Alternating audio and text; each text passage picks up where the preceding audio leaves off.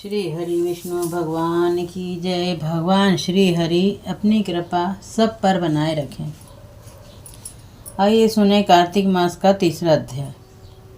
सत्यभामा बोली, हे भगवान, आप काल स्वरूप हैं और काल के संपूर्ण भाग समान हैं, तब फिर कार्तिक मास ही श्रेष्ठ है। हे देव, सब तिथियों में एकादशी और सब महीनों में कार्तिक का महीना ही आपको प्रिय है। श्री कृष्ण बोले, हे कांते, तुमने अच्छा प्रश्न किया। एकाग्रचित होकर बेन के पुत्र पृथु और महर्षि नारद का संवाद सुनो।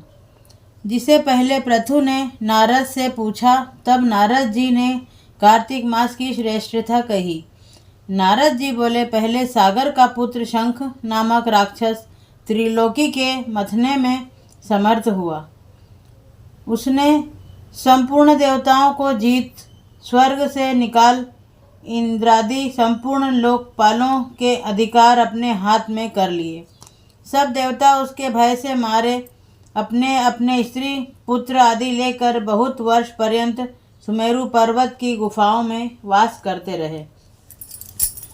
जब देवता गुफाओं में रह रहे थे, तब शंखासुर ने विचार किया, मैंने देवताओं को जीत तो लिया है, तो भी वे बलवान मालूम होते हैं। हाँ, अब जान पड़ा कि वे सब वेद मंत्रों से युक्त हैं।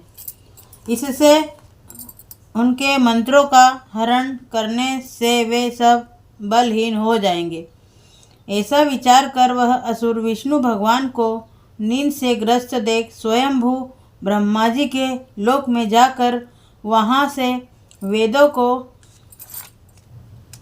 निकालकर चलने को तत्पर हुआ। तब वे उसके भय के मारे यज्ञ के मंत्र और बीजों समेत जल में प्रवेश कर गए।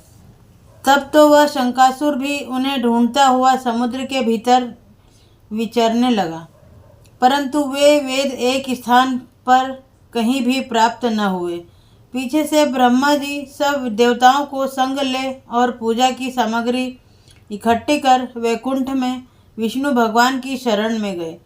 वहाँ उनके जगाने के निमित्त सब देवता गाने बजाने लगे और गंध धूप बार बार करने लगे। उनकी भक्ति से संतुष्ट होकर भगवान ने नेत्र खोले। तब सब देवताओं ने विष्णु भगवान के दर्शन किए और षोडोपचार से पूजा करके दंडवत पृथ्वी पर गिर पड़े। तब वे माधव भगवान उनसे कहने लगे, हे देवगण, मैं तुम्हारे भजन कीर्तन आदि कार्यों से प्रसन्न हुआ हूँ। मैं आप लोगों की मनोकामना पूर्ण करूँगा। अश्विन शुक्ल पक्ष की एकादशी से देव उठनी एकादशी तक पहर भर रात्रि रहे, तब से जो मनुष्य तुम्हारी तरह भजन और कीर्तन करेंगे, वे मुझे प्रसन्न कर मुझे प्राप्त होंगे। शंखासुर जिन वेदों को हर लाया है, वे सब जल में स्थित हैं। उन्हें मैं शंखासुर को मार कर लाऊंगा। अब वे बीज मंत्र समेत सब वेद प्रतिवर्ष कार्तिक के महीने में सदा जल में निवास करेंगे। मत्स्य रूप धारण कर मैं जल में जाता हूँ। तुम संपूर्ण मुनियों को लेकर संग आओ। इस लोक में जो अच्छे मनुष्य प्रातःकाल स्नान करते हैं, वे निश्चित अक्षत स्नान के फल को प्राप्त होते हैं। जो कार्तिक में सदा व्रत करते हैं, उनको हे इंद्र तुम मेरे लोक में पहुंचा दिया करो। हे यम, तुम सदा उनकी विघ्नों से रक्षा करते रहो।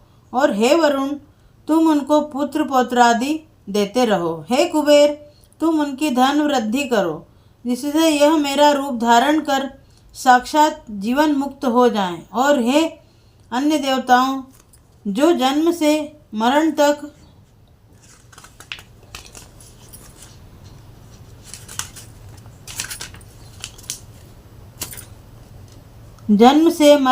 उन बातों को धारण करते हैं, वे तुम्हारे द्वारा भी पूज्य हैं।